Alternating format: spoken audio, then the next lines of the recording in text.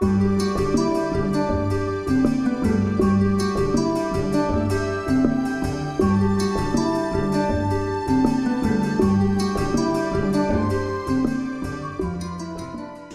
à tous, Évasion littéraire. Nous sommes à la librairie Orphie en présence de Madame Christiane Taubira, députée et conseillère régionale de la Guyane, pour la dédicace de son livre « Mes météores, combat politique au long cours », Flammarion, édition Flammarion. Donc, moi je suis tout à fait très contente d'être avec vous aujourd'hui, parce que vraiment, c'est pas facile de vous avoir. Tout d'abord, bonjour. Bonjour. Voilà. Mais j'ai une vie trépidante, j'admets. Et en période de session parlementaire, les nuits également. C'est pas facile.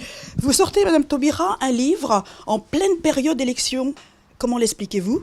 Alors, il y a une partie qui concerne effectivement un peu la conjoncture électorale, puisqu'il y a un chapitre qui raconte mon expérience de la campagne présidentielle. Mais je dois vous dire que c'est un livre qui est achevé depuis le mois d'août et que j'ai remis donc à l'éditeur en septembre.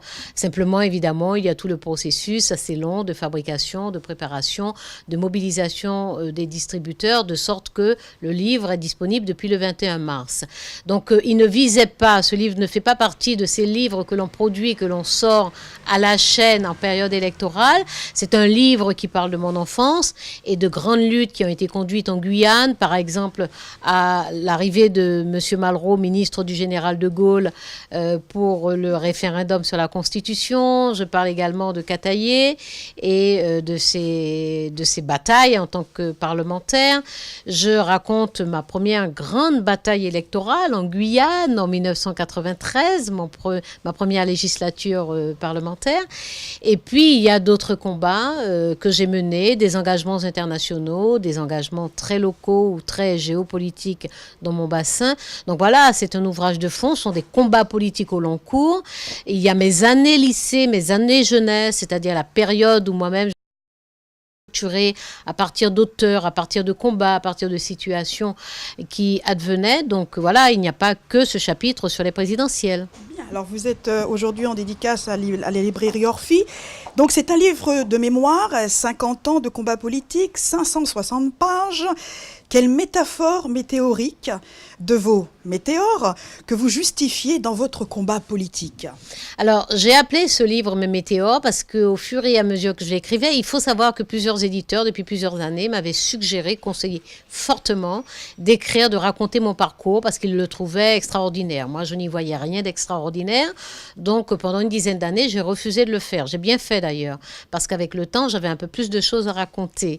Mais au fur et à mesure que j'écrivais et que les souvenirs remontaient, je faisais en fait un voyage à l'intérieur de moi-même parce que je découvrais un peu quelles influences fortes avaient construit, peut-être pas ma personnalité, elle était déjà là, ni mon tempérament qui était déjà là, qui avait été déjà confronté aussi à l'autorité, à la sévérité. Ma maman était extrêmement sévère, à une éducation très stricte et très rigoureuse. Donc tout ça, c'était déjà structuré dans cette confrontation permanente. Mais je découvrais quand même les choix que j'avais faits, les tris que j'avais faits parmi des auteurs, parmi des combats. Par exemple, très clairement, lors de mon adolescence, j'ai penché davantage pour Angela Davis, Malcolm X que pour Martin Luther King, tout en respectant et admirant Martin Luther King. Ensuite, évidemment, mes premières années d'études ont coïncidé aussi avec le coup d'État au Chili, puis le coup d'État en Argentine. Je me suis fortement mobilisée là, donc je me suis construite dans ces combats aussi. Donc au fur et à mesure que j'écrivais, je découvrais un petit peu moi-même, quoi. Ça a été un rendez-vous avec moi-même aussi. Alors lorsqu'on commence le livre, en l'an 1958, tout à l'heure vous avez évoqué André Malraux, ministre du général de Gaulle. Quel est ce référendum qui a été voté à l'encontre justement de ces Guyanais et quelles ont été les conséquences après, abouti au niveau révolte et là votre engagement, on en parlera. Alors, en 1958, le général de Gaulle interroge toute la France et les colonies françaises, en tout cas là où est instauré le droit de vote, ce qui était le cas pour les hommes notamment depuis 1848. Donc en 1958, le général de Gaulle interroge par le suffrage universel sur la constitution qu'il a fait rédiger et qui va instaurer la Ve République. En Guyane, les forces de gauche sont majoritaires. Il y a dans le monde et dans l'empire colonial tout un mouvement de libération, en général dans l'affrontement. 1958, c'est avant les accords d'Évian, donc l'Algérie est encore en guerre. Pour l'Indochine, Mendès France vient de signer un accord de reconnaissance d'indépendance. La Tunisie et le Maroc sont à peu près en cours, mais il s'y déroule encore des opérations. Donc il y a quand même un mouvement. En 1955, il y a eu Bandung, la conférence de Bandung et la conférence, l'installation du mouvement des non-alignés. Donc il y a un monde effervescent qui vraiment est en train de se défaire. Le monde colonial est en train de se défaire. Et en Guyane, il y a des forces de gauche qui sont un peu à l'écoute de cela, mais qui en même temps sont assez déchirées parce qu'il n'y a pas vraiment de revendication d'indépendance. Par contre, il y a une revendication d'autonomie, il y a une revendication de statut spécial pour la Guyane. Et donc, M. Malraux arrive sur un territoire où la plupart des forces politiques s'expriment sont a priori contre le référendum, donc sont disposées à voter non. Et M. Malraux donc, va rencontrer des leaders politiques, et notamment le plus actif dans la campagne pour le non, c'est Justin Cataillé. Et il va arriver à convaincre Justin Cataillé qu'il faut voter oui. Il faut savoir que les forces de gauche, mais quelques forces de droite, et notamment de droite républicaine, étaient associées pour la contestation de ce vote. Il va se passer pratiquement la même chose à la Martinique, d'ailleurs. Donc voilà. Donc M. Malraux, par son voyage en Guyane, son très court séjour en Guyane, une journée et demie, va obtenir un basculement. Donc la Guyane, qui allait majoritairement voter non au référendum, donc non contre cette nouvelle constitution, va finalement voter oui. Et la conséquence, c'est qu'évidemment, la Guyane va entreprendre ce processus qui va aboutir à la départementalisation. Et là, commence... Non, la Guyane va... En fait, la départementalisation a eu lieu 16 ans plus tôt. Et la Guyane va s'engager dans un processus où elle va s'inscrire un peu dans la carte de France des grands choix stratégiques, puisque très peu de temps après, il y aura le choix de l'implantation de la Légion étrangère avant la base spatiale. En quel âge vos premiers engagements? Là, vous commencez, vous créez une partie politique. Quel est ce mouvement que vous créez? Alors, le parti politique que je crée s'appelle Walwari, ça veut dire l'éventail. C'est un mot commun à la langue kaligna, amérindienne, et à la langue créole en Guyane. Mais c'est un parti que je crée assez tardivement, puisque je le crée en 1993, en fait, à l'occasion de ma première élection. Avant cela, j'ai été militante ici à Paris en tant qu'étudiante, donc à l'Union des étudiants guyanais. C'était un mouvement, c'était une association, mais très très politisée, et qui avait fait le choix de l'indépendance de la Guyane. Bon, un peu, bon. Voilà, de loin. C'est après qu'on rentre et qu'on apprend à connaître le pays, et que quand on fait le choix de l'indépendance, il est plus consistant, il est plus substantiel, on sait de quoi on parle. Bon, là, c'était un peu conceptuel et un peu rêveur. Mais donc, en écrivant le livre, j'ai découvert que j'avais des engagements depuis le lycée, en fait. Depuis le lycée, je suis engagée dans une grève. Alors, c'est une grève où nous revendiquons l'enseignement de toutes les langues du continent. Donc, c'est un recentrage sur l'Amérique du Sud. C'est donc une rupture avec l'aliénation, avec l'assimilation. Nous demandons à exister sur le continent sud-américain. Donc, nous réclamons l'enseignement du portugais.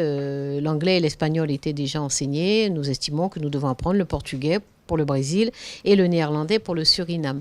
Donc je découvre en écrivant que finalement j'avais ces engagements-là, et en racontant évidemment toutes nos épopées, toutes nos réclamations, toutes nos escapades aussi autour de la figure d'Angela Davis et de Huey P. Newton, Eldridge Cleaver, tous ces gens qui nous ont fait rêver. Je découvre que j'étais déjà très très engagée politiquement. Je rappelle le titre de votre livre, Mes météores, combat politique au long cours. Alors, il y a quelques points qui sont très importants dans votre livre, avec votre écriture très volcanique, l'apparence, le rapport à l'autre, la discrimination, la diversité, la colonisation, la couleur de la peau. Quels sont vos points de vue sur ces constats qui paralysent, entre guillemets, cette société actuelle? Alors, ce sont des expériences que j'ai été amenée à faire. C'est pour ça que j'ai appelé ce livre Mes météores. Il y a des choses qui m'ont sauté à la figure, là, vraiment comme des météores qui tombent comme ça sur la Terre. Ça va, j'ai survécu. Mais ce sont des expériences que j'ai faites parfois avec une grande surprise parce que j'ai grandi en Guyane. La Guyane est une société multiculturelle où la différence se vit tout à fait naturellement, où elle ne se pense même pas. Et je suis arrivée à Paris, j'ai été confrontée dans mes premières années d'études à des insultes racistes qui avaient lieu dans de telles situations de tension, le métro bondé le matin, etc., que je ne m'y arrêtais pas. Ça semblait pas quelque chose un discours très construit, structuré, etc. Ça semblait une exaspération, un rejet de l'autre, voilà, de façon épidermique. Donc je dois dire que je n'en ai pas souffert particulièrement. En plus, comme je le dis dans le livre, j'étais en train de découvrir des auteurs, le cinéma, la musique. Il y avait tellement de bonheur à m'apporter que j'étais absolument imperméable à l'aigreur, à la rancœur. Donc voilà, tout cela passait sur moi. Et puis au fur et à mesure, je dois dire que les autres expériences, c'est surtout en tant que députée que je les ai vécues, une société française qui s'interroge sur elle-même assez mal lorsqu'elle s'interroge à haute voix, lorsqu'elle s'interroge à voix basse, c'est-à-dire dans les cités, dans les quartiers où il y a une vraie diversité culturelle, où les gens ont l'habitude de vivre ensemble. Lorsqu'elle s'interroge à voix basse à travers les associations, par exemple, celles qui organisent des événements culturels, mais celles qui aussi construisent le lien social. C'est-à-dire que dans les quartiers, ces associations permettent aux gens de vivre ensemble parce qu'elles font du soutien scolaire, les enfants sont ensemble, parce qu'elles font des animations, de l'accompagnement éducatif, de l'accompagnement social, etc.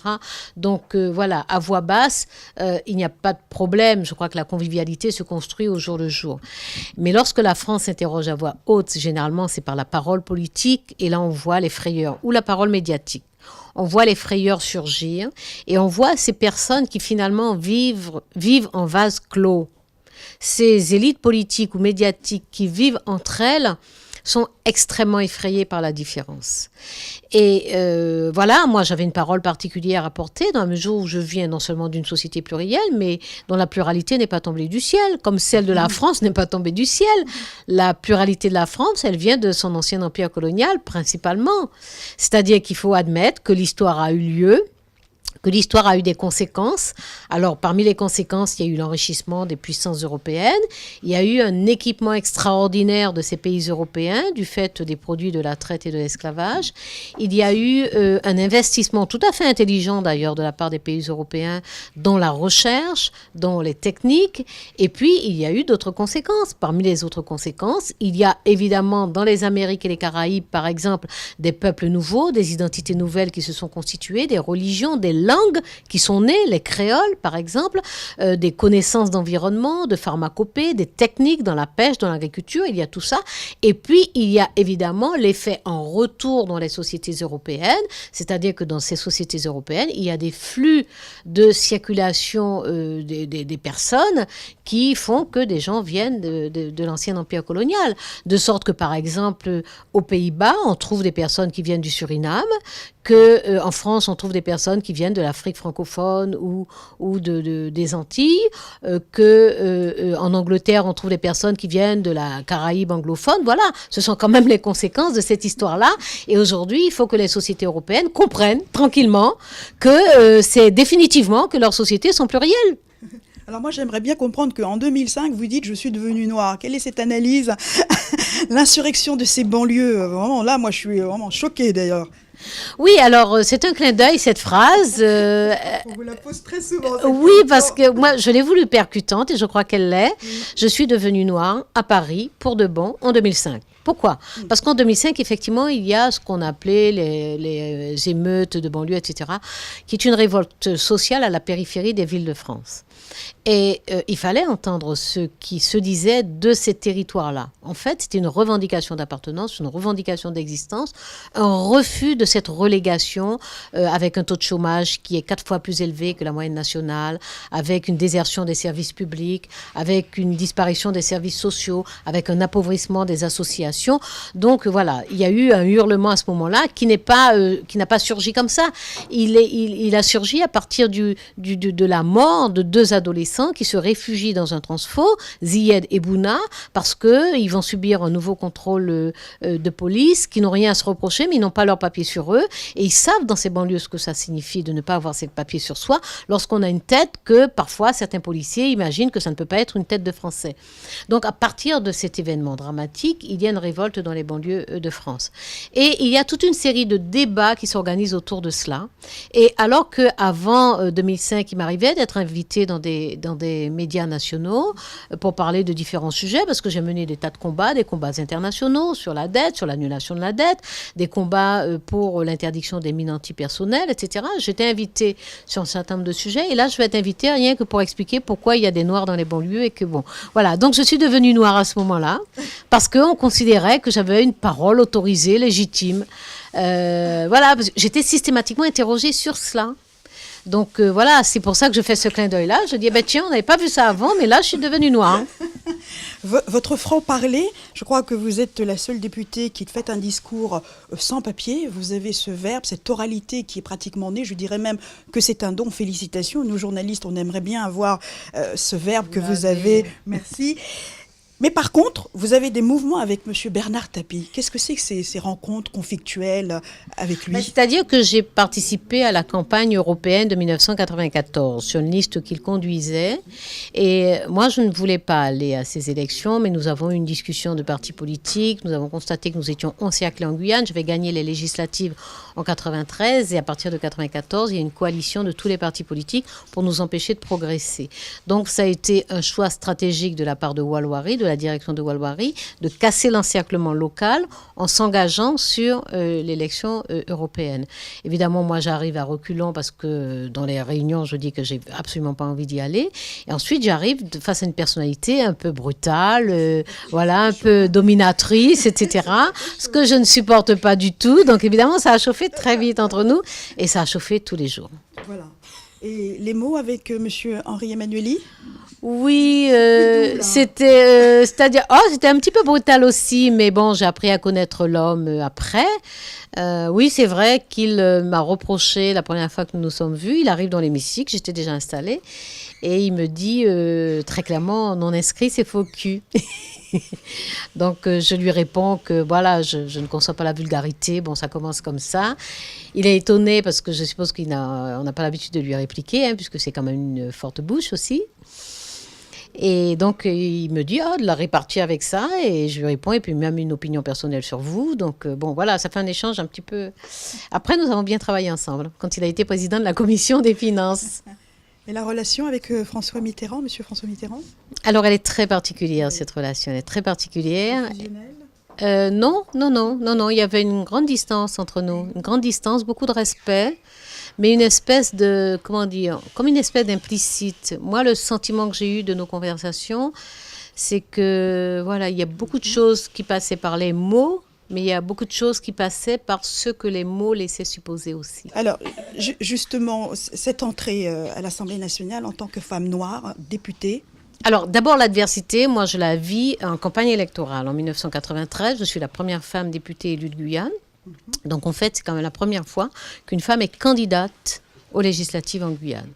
Et ça, c'est insupportable pour l'ordre qui règne à ce moment-là. C'est un ordre masculin avec une division du travail, puisque les femmes sont extrêmement mobilisées dans les campagnes électorales. Ce sont elles qui fabriquent les destinées d'hommes, et d'hommes politiques en Guyane en particulier. Et on n'imagine pas, on ne concevait pas à l'époque qu'une femme imagine seulement d'accéder aux responsabilités. Donc, en tout cas, c'est ainsi que j'explique la violence des coups que j'ai reçus à ce moment-là, parce que la campagne a été d'une extrême brutalité. Et pour moi, cette brutalité, elle ne peut pas être juste contre ma personne. Elle ne peut pas être... J'ai reçu des coups d'une grande violence de la part de personnes que je connaissais, qui m'appelaient quand il s'agissait de travailler sur un dossier, qui disaient en public qu'elles appréciaient mon intelligence, ma connaissance des dossiers, mon expérience, etc. Donc, ça n'était pas juste un rejet de ma personne. Ça ne pouvait pas être juste subjectif. Donc, moi, l'analyse que j'en fais, c'est qu'il y avait la mise en péril d'un ordre et ça n'était pas tolérable. Ça n'était pas tolérable. Donc, il fallait arrêter immédiatement parce que ça donnerait des idées à d'autres femmes, ce qui fut d'ailleurs le cas. Donc, comme je l'ai perçu ainsi à l'époque, j'avais décidé de vaincre et de devenir invincible à partir de ce moment-là. Mais vous l'êtes devenu, hein? Je crois bien. Alors, critiqué, rejeté, vous étiez dans pas mal de mouvements, vous avez milité beaucoup dans Paris, avec des associations, avec des groupes d'élèves, de la jeunesse. Quels ont été ces points de vue, toujours que vous racontez dans votre livre « Mes météores » ? J'ai plein de belles expériences. Alors moi, j'ai vécu... Oui, voilà, je n'ai pas... J'étais encore au collège en 1968, donc je n'ai pas vécu ce mouvement-là. Peu après, comme je vous l'ai dit, avec Angela Davis et tout le mouvement des Black Panthers aux États-Unis, le Black Power, Malcolm X et ses thèses très radicales, etc. Donc j'ai vécu ça après, par procuration, bien entendu, puisque c'était à distance. Et avec mes années d'études à Paris, j'ai vécu plus directement, dans la mesure où j'étais très engagée, je militais, que je fréquentais des militants de pays différents, avec parfois aussi des projets différents. Donc ça a été une expérience extrêmement riche et enrichissante. Alors faites-nous revivre justement cette campagne présidentielle de 2002. Il faut savoir que ça a été une vraie expérience, une vraie aventure pleine de mésaventures. Ça, il faut le savoir. Donc ce que je peux dire, c'est que vraiment c'était difficile, douloureux, mais extrêmement enrichissant aussi. C'est-à-dire que j'ai grandi très très vite, hein, en accélération là. J'ai été confrontée à des situations très très lourdes et très pénibles, et j'ai compris qu'il fallait de toute façon les affronter, les surmonter. Et donc, j'ai vraiment grandi, je me suis renforcée. D'ailleurs, en fin de campagne, j'ai dit pour rire dans un meeting que je suis immortelle, parce que j'ai cru mourir 100 fois. Et je suis arrivée quand même à la fin de la campagne. Donc, voilà, c'était une expérience très... Bon, je crois qu'il faut lire parce que, voilà, j'ai été confrontée à des choses très imprévisibles, très surprenantes, très déconcertantes, pendant et après. Vous envisagez un poste de Premier ministre, madame ? J'ai aucune raison d'avoir un rêve de ce genre, moi. Alors, vous avez choisi ces photos pour illustrer votre livre. Alors, ici, là, il y a ma maman. D'abord, ma maman, j'ai perdu ma maman quand j'étais adolescente. Et jusqu'à aujourd'hui, je dis que c'est vraiment le seul malheur de ma vie. Le reste, ce sont des embêtements, ce sont des tracas. Voilà, mais le vrai malheur que j'ai eu dans ma vie, ça a été le départ de ma maman. Et j'en ai été extrêmement malheureuse parce que j'étais une enfant turbulente, insolente, très, très remuante, vraiment. Et je prenais une raclée tous les samedis, par exemple. Non, ce sont des méthodes périmées. Que le samedi. C'est parce que simplement le carnet de notes arrivait le samedi. Bon, donc... Il y a deux femmes en vous, hein. Il y a la femme très potomitan, comme on dit, la femme politique, la femme qui a des idées, des envergures, le combat qu'elle mène. Et puis la femme qui est très décontractée, du coup, qu'on découvre aujourd'hui, très très fun. J'aime la vie, j'aime la vie, j'aime tous les bonheurs, tous les plaisirs de la vie. Je ne fume pas. Qu'est-ce que je ne fais pas encore, hein? Alors, je me rattrape ailleurs. Ah, donc là, on va continuer sur l'album. Alors, vous êtes tous les fronts. Tout mon après-midi, là, ça se fait pas. Bonsoir, madame, bonsoir, monsieur. Bon, voilà. Alors, voilà, écoutez. Tu t'en vas, vous voyez. Voilà, venez. Non, il est là. Voilà, c'est bon. Alors, qu'est-ce qu'on peut retenir de ce livre? Non, on a terminé. Même si c'est un vrai plaisir avec vous. Merci. Oui, parce que voilà, en plus, on sera obligé de couper à la Alors, on termine. Qu'est-ce qu'on peut retenir de votre film, Les Météores? La vie continue. Yes. Très belle photo. Moi, Voilà. j'aime pas mes photos, donc Alors, mais l'éditeur n'a rien voulu une entendre. dédicace, une dédicace. Alors, une dédicace. Je même pas prendre. Je peux vous demander un bic parce que je sais plus où j'ai lâché mon sac, s'il vous plaît. Merci. La dédicace. Pour qui je la fais? C'est pour vous? Non, non, mais vous faites pour elle, pour la dame. Oui, pour vous. Oui, Pour vous, merci. c'est pour vous. Alors moi c'est Lucia Théodia. Lucia Vous Théodia. voulez que je mette le nom aussi? Souvent, je mets seulement le C'est prénom. le prénom. D'accord. On fera un échange de bons procédés parce que mes livres sont également dans la librairie.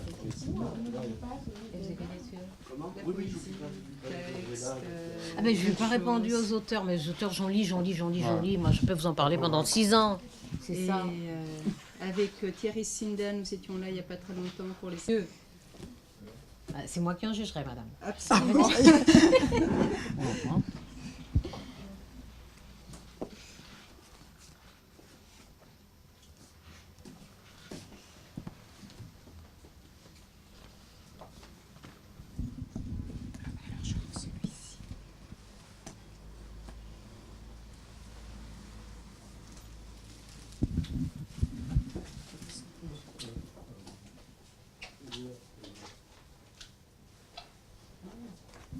Eh bien voilà, alors sur cette très belle dédicace, ah ben merci, sur cette très belle dédicace, ah ben voilà, j'allais le dire Si aussi. vous restez là, sinon je demande à... D'accord. Voilà, D'accord, sur- pour voir les vôtres. Sur cette très belle dédicace, merci beaucoup. Merci à vous. C'était un plaisir.